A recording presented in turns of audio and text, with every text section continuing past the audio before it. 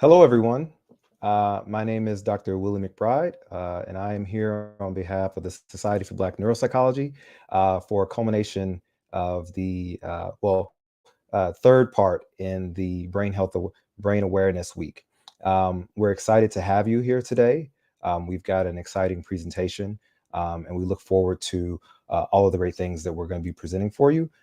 If you're interested in learning more, and if you haven't had a chance to look at any of the other topics, you can go to our YouTube channel, So Black Neuro, and you can also check out our website, soblackneuro.org, to learn more about the amazing things that our organization has been doing and what we're doing in the future.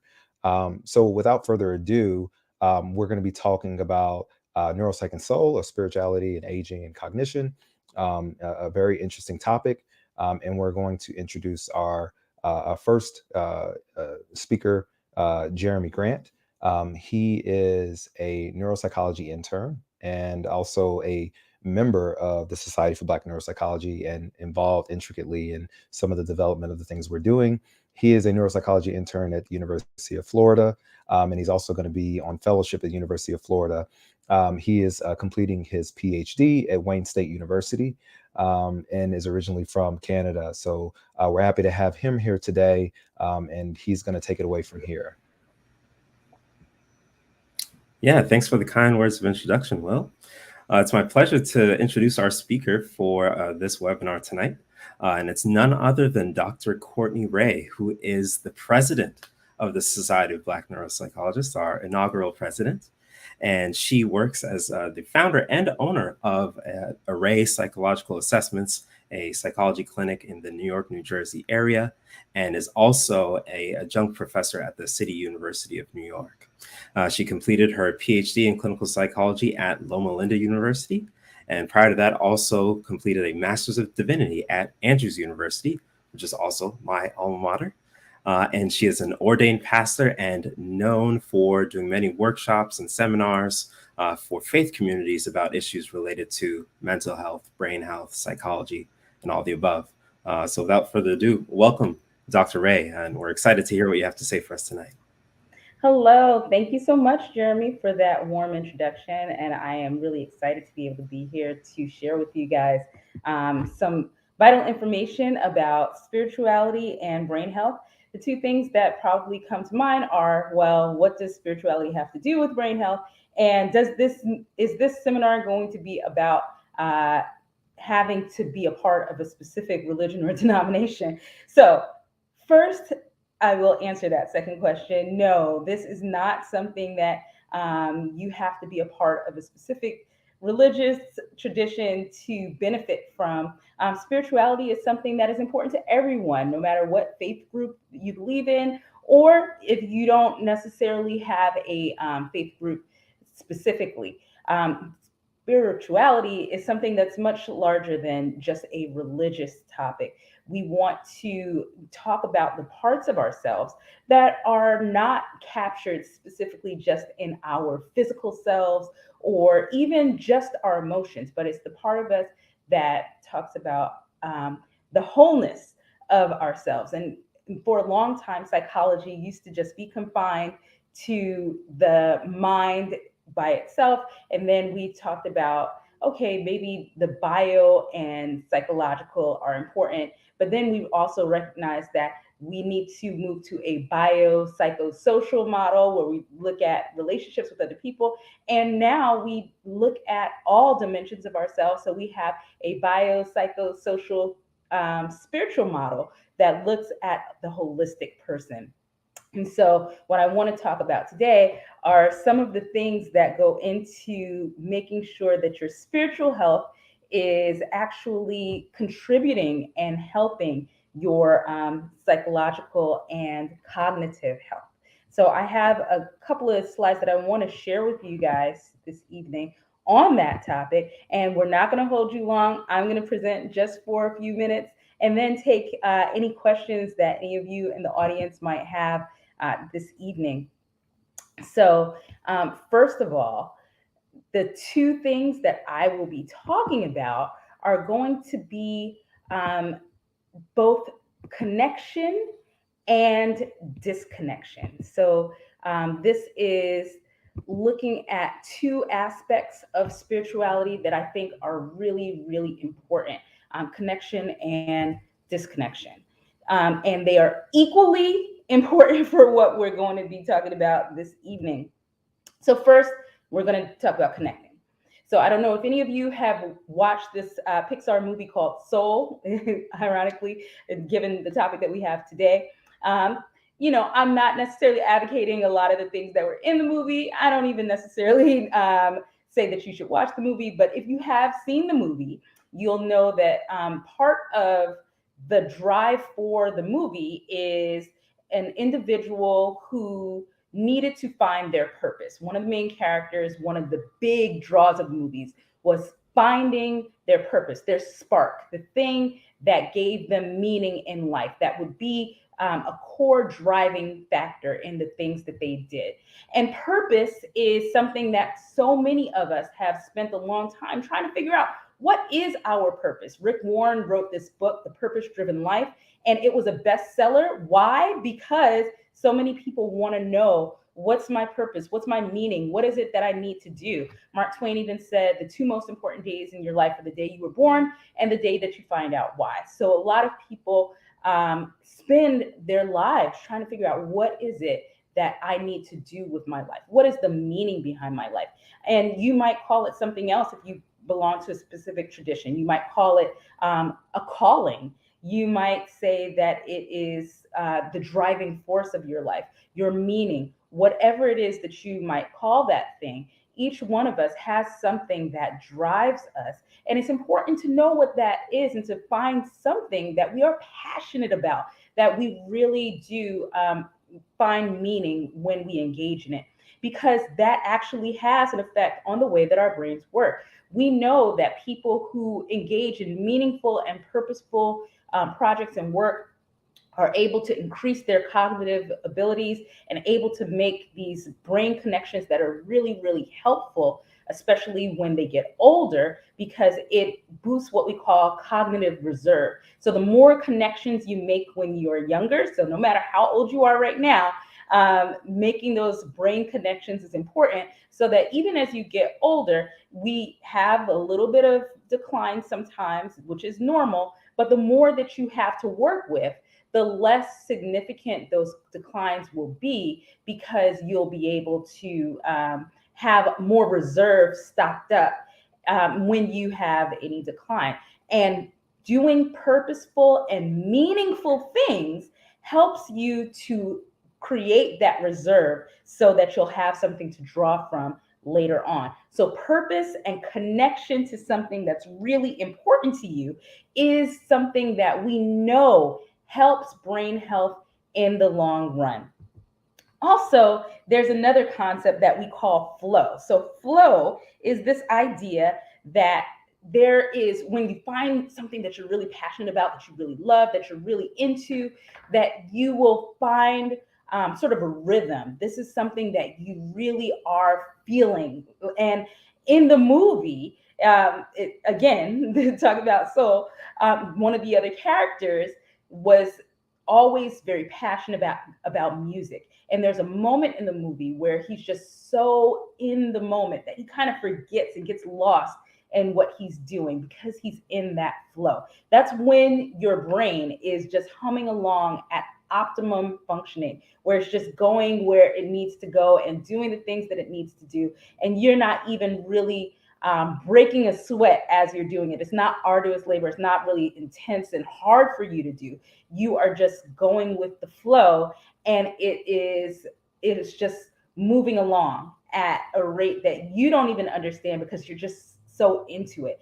And that flow is a place where your brain is doing what it needs to do at the best and top functioning. And we want to spend a lot of time there, because that is the place where our brain is doing the most efficient work of what we're asking it to do. And we know that flow can be enhanced by community. When we have other people around us who are also in service of the same goal, they have the same priorities, they have the same kinds of things that we're into, and they are helping to encourage us, That is really, really important. As I said before, you don't necessarily have to be a person of faith to have some of these elements, but we know that there are specific aspects that people of faith often will have in their lives, that work more optimally because some of these things are built into their faith communities. So having a faith community, people around you to encourage you, to lift you up, to help you, that's really important. That social aspect is something that is helpful not only to you emotionally, but again, with your brain health, it actually is helpful to have a team of people around you. We know the opposite is also true. When you have people who are discouraging, or if you have different issues where you're surrounded by people who don't believe in you, that can also impact your brain as well. You don't do as well. It shows up in your performance at work, or if you're a kid, it shows up in your performance at school. If you're constantly subjected to negative messaging, if you're constantly told that you can't do something, that impacts you in a way that you're not doing your best work. Your brain isn't performing the best that it can. We know that there's this thing called stereotype threat, where if people are exposed to negative ideas about the group that they belong to, they sometimes internalize that information, those stereotypes, and they perform based on those stereotypes. So you have people who, if they are exposed to negative ideas, talking about what they can't do, what they won't be able to accomplish, what's not possible, they will then act that out in what they do.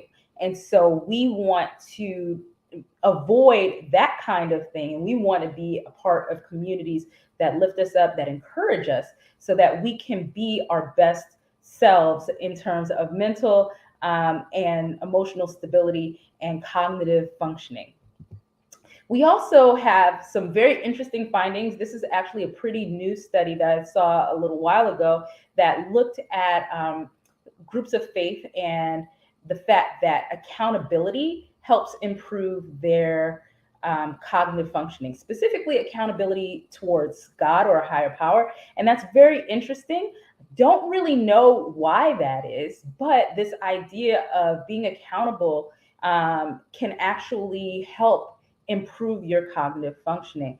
It might be the fact that, again, with expectations, if you have the expectation that you will be able to do something and that you should do something, maybe that is a driving factor. We're not exactly certain why that is, but it is a finding that is pretty interesting. So people who report accountability towards God, they find that this is something that is helpful towards them in their neuropsychological and brain health.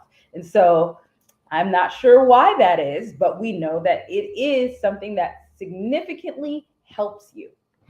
So just to recap, for connection, having a purpose, having something that's meaningful, something that you can really use as a driving force in your life, something that you can have optimal flow in, and optimizing that flow by having people who are in a community that encourages you and is on the same wavelength and trying to help you in the same goals, and people and a community and a belief system that holds you accountable to those goals that you have. And so being connected in all those different ways is really important. But I said that there were two things. There's connection, and then there's also disconnecting. Disconnecting is just as important as connecting. So we can't be on all the time. And sometimes we overload ourselves because we don't necessarily do the disconnecting that we need to do. But we need to do things that daily will allow us to disconnect. I know that when I talk to a lot of faith groups, a lot of people are very skeptical about psychology, because people who are of faith, they're like, oh, what are psychologists going to do to my mind? Are they going to tell me that I shouldn't really think? Are they going to hypnotize me? Are they going to try to make me like just be mindless and clear my mind of everything so that they can put whatever thoughts they want in my head? that is absolutely the opposite of what we want you to do. We want you, instead of being mindless, we want you to be mindful. We want you to not be distracted by all the other things around you, but we want you to be present in the here and now. So being mindful of what's going on right in front of you, because so often we have all these worries, all these cares, thinking about the future, thinking about the past, thinking about things we regret, think about things that are coming up. They're always in our mind, and we always have something to do, something that we have to check off, or something that is occupying that brain energy, and it's continuous unless we are intentional and say, I'm going to take out some time to just talk about and think about the here and now. And many people who are people of faith find that through prayer, through connecting with God, or reading a holy scripture or text, or meditating, or doing something where they are now not being distracted by all these other things, but instead focusing on those things that are the most important to them in the here and now, in the present moment, as opposed to just having all this other stuff just always in their mind, just working. And so doing that, taking that time out daily, is really, really important. I know that there are several faith groups, even right now, who are going through specific times of prayer and fasting. I know that Catholics right now are going through Lent, where they give up something. And so this is a way of focusing their attention on the things that are important. I know that the Baha'i faith are going through a month of fasting and prayer as well. Also, Ramadan is coming up. That is a month of prayer and fasting for the Islamic faith. And so there are lots of different traditions that kind of incorporate this idea of daily meditation or prayer, mindfulness, and taking out time to just kind of say, okay, I'm not going to worry about these other things, but I'm going to focus on the most important thing. And it's not just important to do that daily, but we do need to do that weekly as well. So there are also, again, lots of faith groups who do this. Probably when I say the word Sabbath, you might automatically think of Judaism. Also, Seventh-day Adventist Christians do practice Sabbath, where during that time, the focus is spending time on spiritual things. Like we're talking about right here, talking about spirituality, talking about God, talking about things that are not work specific, and not spending time doing all the other things that they've been doing all the rest of the week, but really taking that time to say, we're going to unplug and not worry about all the other extra stuff. And that's really important, regardless. Again, you don't have to necessarily belong to either of those religions to say, hey, this is an important thing for me to do so that I can unplug, and that I'm not doing the things that are stressful and laborious. I have some time where I am just spending that time apart from that. And again, lots of religious traditions do that, and you can incorporate that into your weekly schedule as well. And then lastly, unplugging with a vacation. Now, I know that there are some people who are watching this who maybe the type of job that you have, you don't necessarily get PTO, pay time off, like that. Or maybe you just get very limited pay time off, or maybe you only get sick days. You don't necessarily get like vacation days. Whatever the case may be, you need to take that time. You need to be able to take that time. So I'm not, if you don't have that time in your schedule like that, I definitely understand. But I too often find people who are like, oh, you know, they're proud. They're proud. Like, oh yeah, I never have taken a day off of work. I've never taken a vacation. I've never taken a sick day. I've always gone into work no matter what. And it's just so crazy, because I feel like just society has kind of pulled the okie doke on us and tried to drill into our minds that it's super important to always like be on your grind and try to make that money and all this other kind of stuff, and not necessarily saying that it's important to rest. So we kind of glorify overwork, and we glorify just always being on your game in terms of working, and not really saying that it's also important to be on your game in terms of self-care.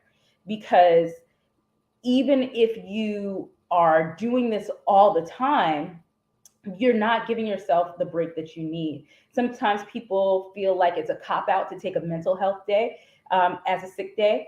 But honestly, mental health is health. So if you need to take a day as sick day for your mental health, that is important. That is legitimate. That's not a cop out. It's not something that you're just doing just because you're lazy or anything like that. That is legitimately something that you should be doing, because we always have been taught, even from a young age, that it's important to work, work, work, work, work, but we need to take some time and take vacation. And honestly, I have seen too many times where people have poured themselves into their work. Their work is the only thing that they've ever done.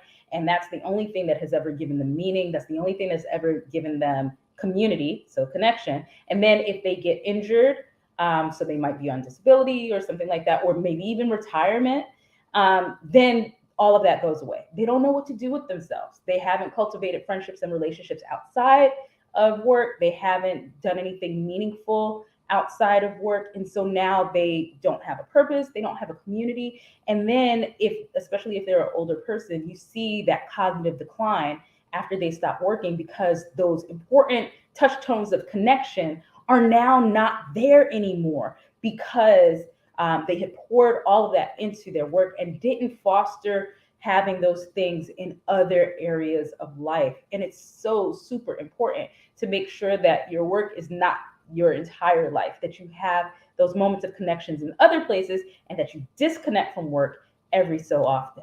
So I want to help us to remember to unplug daily, weekly, and taking time away from work, because that is rejuvenating your mind to a point where you are able to optimally function. If you don't allow your brain to take that rest that's important for it to rejuvenate itself, then you're not going to be your best self. You're not going to have your best moments of cognitive functioning and brain health.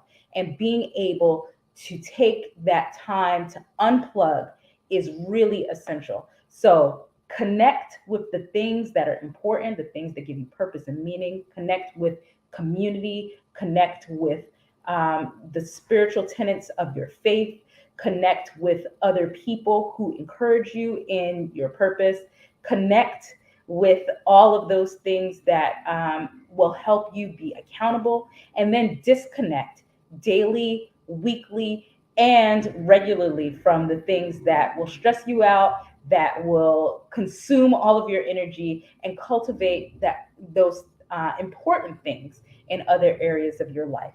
And so that is just very briefly something that I think is super important for all of us to pay attention to. And I hope that in that brief little synopsis, you got some very practical things that can help you in your own spiritual growth and spiritual discipline, but also that will help you in your cognitive and brain health. So thanks so much. I appreciate being able to talk about this. Yeah, thank you so much for the wonderful presentation. Connecting and disconnecting. That's an interesting paradox. So I'm hearing that, we need to connect with the things that bring our lives meaning, and that connect, take energy over us. But I don't know. To me, it really feels like, we always talk about working breaks, but society doesn't really reward that. Society kind of rewards, working all the time, the grind, doing overtime. But what I'm hearing from your presentation is that not only is that not good, but that's actually not good from our brains. No. Is that what you're saying? Absolutely. I remember even when I was a kid, we start this early. Like, society starts this super early, where I don't know if they did this in your school, Jeremy, but did your elementary school have like perfect attendance awards? Oh yeah, absolutely. And I remember, like, I was so determined to get perfect attendance that this one year I was actually sick. And I was like, no, I need to go to school so I can get the perfect attendance award. I can't, because you couldn't be absent and you couldn't be late. And so I was like, I begged my mother, like, no, you have to let me go. I don't want to be late. I want to get this award. And we glorify that even from an early age. I mean, I was in elementary school when I started with that. And the idea that you have to drag yourself, no matter how you're feeling, you have to be doing this in order to prove your worth. You always have to be working. It's just not healthy from a brain perspective. It's not healthy for your body, and it's definitely not healthy for your mind because of all the reasons that I mentioned, and also because it associates worthiness with production and being at work and doing those kinds of things. And we know that our worth doesn't come from that. That's not what makes us a worthy person. At the end of your life, you don't want to have, oh, I made all this money and everything like that, and then you didn't have a great quality of life. What does it profit a person to gain all this money in the whole world and then their soul is in jeopardy, right? So we want to encourage people to take care of those spiritual elements of their lives instead of just glorifying overwork. Yeah. Isn't that incredible? Even people, religious texts, the Bible or whichever scripture that people ascribe to, have these gems of truth in them already. That's so incredible. So do you have any practical tips about, how people can take time off? You emphasize, vacations and taking time off. Do you have any practical tips for busy people, how people can do that?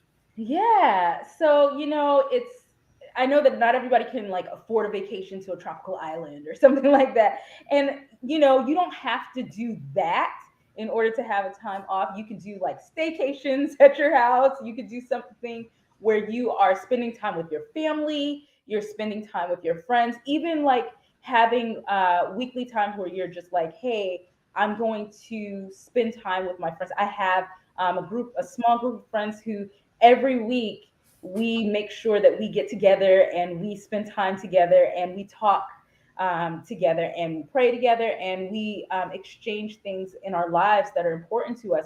And we go to church, and then after church, we do that. We spend that time together. But it's going to look different for everybody, okay? I can't tell you what is going to work specifically for you, but doing something where it's not your work, it's not all the other stuff that you're always worried about.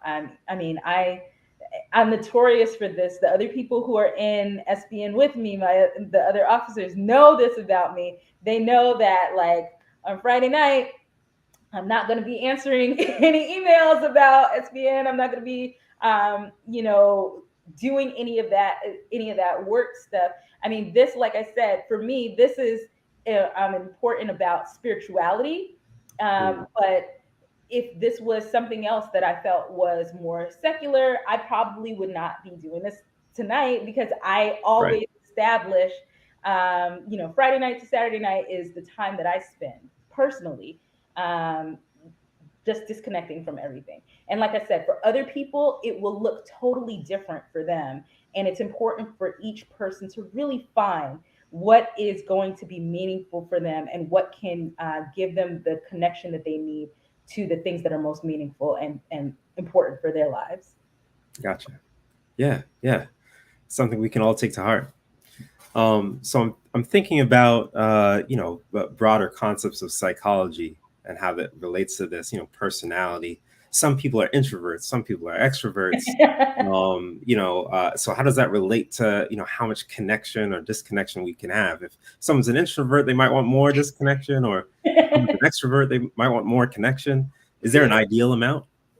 Well, yeah. So introversion and extroversion, again, is something that's very much tied to an individual person. So I am much more extroverted than a lot of my friends. So I like being around people. I like getting energy from other people.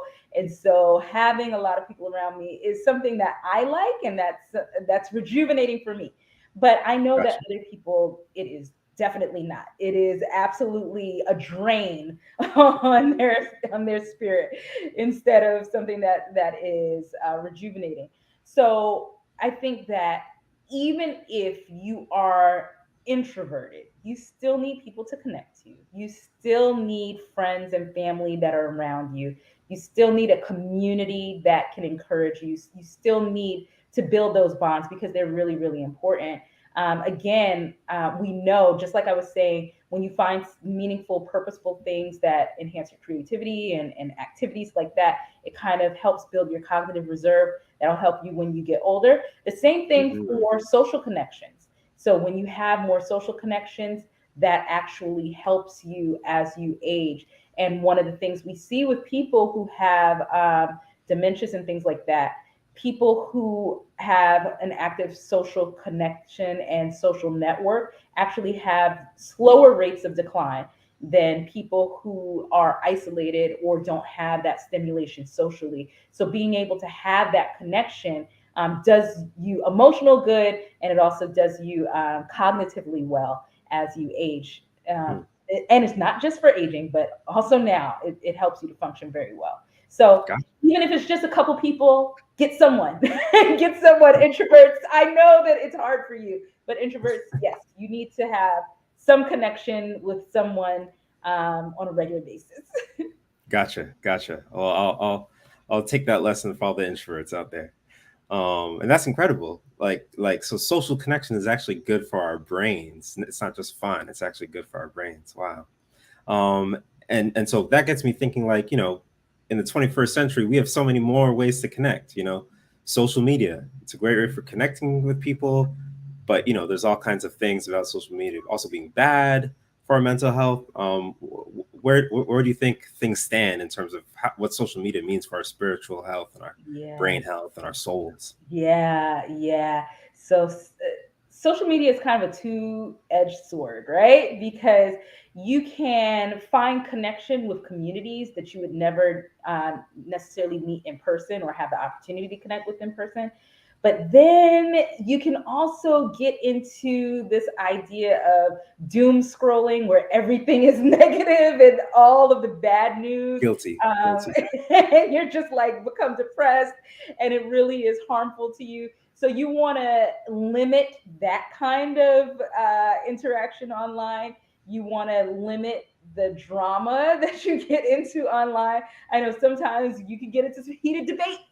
I know Hmm. I sometimes do as well, but you have to kind of limit that kind of stuff to help make sure that you are in a positive frame of mind. I know that watching things that make you laugh, that make you smile, is also very important. A merry heart does well like a medicine. That's a proverb, but it's also very true. We know that smiling and laughing gets your endorphins going, and it's helpful for your emotional health and your cognitive health as well. So finding positive pockets of the internet is really important. It can sometimes feel really hard to find positive places, but there are out there, there are positive communities. Find those, make those connections, and kind of limit or avoid the ones that are kind of more negative and not as helpful. Gotcha. For And sure. don't compare yourself to other people. We also know that people That's a who big one. compare themselves to other people wind up feeling more depressed a lot. Mhm. Just remember, everyone, that people usually post all the great stuff about their lives and they leave out the negative stuff. So it doesn't mean that the negative stuff doesn't exist. It's just the fact that they're not posting it. So, Exactly. so don't pay attention to that. You can find, and also online, you can find communities that have like meditations or affirmations, or community groups that might be groups of faith or other places where you can find that community, even if you can't get out in person. Especially during the pandemic, a lot of people found community in online. So that's a great use of the internet. Yeah. Great. Yeah. Social media is such a double-edged sword. Well, I want to bring in some comments from the audience and related to particularly the pandemic, and technology has been such a great advantage during the pandemic. Are there any? What are the benefits, or are the benefits of community less effective in a socially distanced situation than when in-person gathering is unencumbered? So I'm thinking about churches. Yeah. We were talking about people gathering together in churches, and that's an important way for people to get that connection. Is that different now that churches aren't meeting in person or are struggling to get back to that? So we actually don't know a lot of research about that, because like the pandemic is kind of pretty new, being able to see sort of the effects of what has happened to people cognitively now that they're not in a place where they can be around people. We do know that when you have no connection, when you're totally isolated, that definitely is harmful. But can you effectively replace the in-person benefits with social media or virtual benefits? That's a pretty new topic of research. That research is still ongoing. And so we do know, so whether or not it's less effective is something that is still an open question, but we do know that it's better than nothing. It's better to have a virtual community than having no community at all. But whether it's a equal substitution, that is not something that I can definitively say. Gotcha. But have something at least. Have something. All right. Good answer for all the people who haven't gone back to in-person church yet and are still watching on the couches in their PJs. Good non-answer. All right. Another question from the audience came through. What are your thoughts of how to best reduce stress? Does reducing activities in our life always amount to stress reduction? So that's a great question. So yeah, you can reduce stress in lots of ways. Some of the things that I talked about mindfulness, I talked about prayer, I talked about studying or meditating on things that are important to you, whether it's a holy text or something like that. We also have mindfulness techniques that psychologists try to help people to understand where they ground themselves, and they kind of will pay attention to the things that their body is feeling instead of, again, having the ruminating thoughts just kind of worrying in their minds. So being able to practice progressive muscle relaxation, it can be a helpful stress reducer. Journaling, we know, can be a stress reducer. Having directed breathing. So breathing exercises can also help you reduce stress. So things that help your body can also help your mind. The second part of that question, does reducing activities always amount to stress reduction? Not necessarily, because it depends on the type of activity, right? So if it's an activity like I was talking about before, that's something that you find your flow in, so that is not necessarily something that is stressful for you. That's something that is beneficial to you because you're in a place where you are optimally working. Your brain isn't necessarily working overtime with a stressful amount of work. And so being able to be in an activity like that can actually have benefits for your brain and can actually reduce stress in and of itself. So the type of activity is important when we talk about reducing stress. There are also sometimes when we can have happy things that can be stressful, like a wedding. Weddings are happy, but they can be really stressful. Anybody who's been married knows that, or been in a wedding, you know that. Graduations can be stressful, which it's a positive thing, very stressful. So, you have to really weigh what type of activity you're doing or participating in seeing whether or not it's going to be stressful for you or not. Yeah, definitely depends on the type of activity.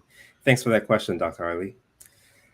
Now, this next question, I know is coming from Pastor Kristen Josiah. Can going off on Facebook actually be very therapeutic? Something tells me he's not asking for a friend. Right. Asking for a friend. Okay.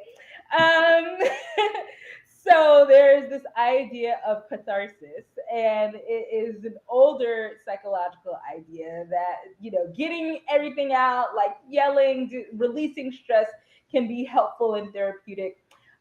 We don't necessarily think it's as beneficial as we have thought in the past, but there is something to be said for not bottling up your feelings, for sharing your feelings, for expressing things that are real and important to you and valid in from your perspective and your experience. Um, I would say you don't want to get caught up in a lot of drama because, again, you don't want it to be stressful for your life, but you also don't want to encumber yourself and say, oh, I'm just going to bottle things up inside. So uh, there's a balance, right? There's a balance. I'm not going to advocate going off, but also sometimes things need to be said. And sometimes it is important to express the way that you feel in a healthy way. Gotcha. Gotcha. All right. Yeah, I'm glad you got that takeaway. All right. Now this next question from the audience is for me. Many of us know stress reducing activities, but don't practice them. What do you think is the biggest barrier to implementing these activities, and how can we overcome these barriers? I think the biggest obstacle is that people think they don't have time for it. But there's a saying that if you don't make time for your wellness, then you will be forced to make time for your illness. Illness. So you Preach. need to practice wellness and care while you can, before it becomes something that is detrimental to your mental and physical health. Because it does, stress takes a toll on all of these different systems, not just your brain, but also your body. And so if you feel like, oh, I don't have time to practice self-care, oh, I don't have time to spend daily time out and do these mindfulness activities or prayer or anything like that, then I just have to get on with my day because I have too many things to do. If you do that, you will never do it, right? So one of the best ways to overcome the barriers is do the important things first. So before you do other things, say this thing is a thing that is important and I'm going to get it done first. And I have sometimes used an illustration where I have a jar and I put in different things. And so like I'll have some tennis balls, and I'll have like ping pong balls, and then I'll have like little beads and then some grains of rice. And if you put the rice in first, you're not going to be able to have space to put the rest of it in because the rice will fill up the entire jar, right? I see. But if you put in the tennis balls first, and then you put the ping pong balls in first, and you put the beads in, and then you put the rice in, you'll have room for everything because you put the biggest, most important things in first. And that is a helpful thing for people to be able to do, to say, if this is important, if my spiritual health is important to my brain health, then let me tend to my spiritual health first before I do all these other things. And for some people, they're not morning people. The other thing that you can do is to schedule time, like specific time. Set it in your calendar. Say, this is time that is protected time, that nothing else, I'm not going to let anything else intrude on this time, because I think that this time needs to be set aside for this and this only. And really be strict with it. Really be strict with it and say, I'm scheduling this time. This time is important, and I'm not going to let anything else intrude on it. Yeah. Man, that speaks to me. You know, many of us have jobs where we have protected time for research or protected time for this or that. But what about protected time for ourselves and the things that bring us value? Yeah, definitely. Psychologists are really bad. We're really good at telling other people to practice self-care, but really bad about practicing self-care ourselves. Yeah, definitely. Me included. So you mentioned in your presentation, that many religious groups have some myths or some misguided ideas about psychology. I want to make sure we answer the question that was posed on Wednesday. Religion, spirituality, these kinds of things, do they really help with stress? Like, is there really any evidence of that, or is that just something nice to say? No, no, absolutely. These things really are helpful. And we know that consistently, people who do belong to faith groups will perform better in certain areas of cognition. And that's partially because of all the things that I was talking about before. Lots of those things are already incorporated into their faith beliefs and into their spiritual disciplines and things like that. So if this is so for a lot of people who are people of faith, many of the things that I talked about, you probably were going, oh yeah, that's something that I grew up doing Mhm. when I went to church or went to mosque or whatever the case may be. This is something that was incorporated into your life. And so because uh, many faith groups find these things as foundational disciplines of their faith, you'll see a lot of these things incorporated into that in a very natural and organic way. And so it really is. So those tenets of a lot of people's faith that have those commonalities, we have seen have had beneficial effects. Again, you don't necessarily have to, I'm not saying that any particular religion has cornered the market on these practices or anything like that. So you don't necessarily have to be a part of a specific tradition or go to a specific church or masjid or something like that that will, this is the only place where you can get this. But but it is true that a lot of these groups do practice these things as part of their traditions, and you will see the benefits of that. Hmm. Yeah, yeah, absolutely. Well, I know I'm going to take these messages and these ideas to heart and try to put them in action. And I know many of our viewers will as well. It looks like that's all the questions that we have for today. Thank you so much for this presentation. Thank you so much, Jeremy, for hosting tonight. And I just want to say thank you to everyone for coming this evening. This was the third in our Brain Awareness Week presentation series.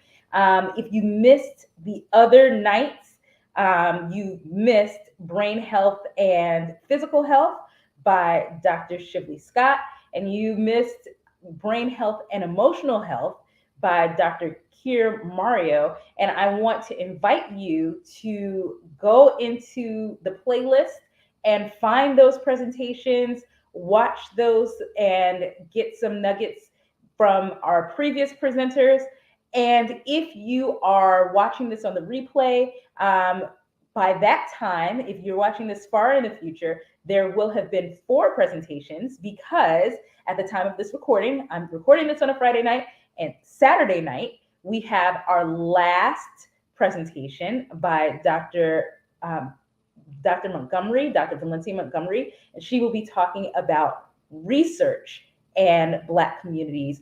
How does research have anything to benefit you and our communities? So we want to help you understand why it's important for everyone to be involved in research and how you can get involved.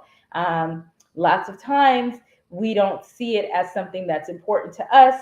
Many myths have permeated the Black community that keep us away from these opportunities to be involved. And also, very important historical things have happened in the past that kind of make us shy away from being involved. But it's really important, and she's going to kind of break down facts from fiction and help us to understand how we can get involved in ways that protect ourselves and help the community as well. So thank you so much, everyone, for being here this evening. I invite you to subscribe to the channel, like this, and share this with someone else in your family, amongst your friends, or in your own community. Thank you so much, and have a great night.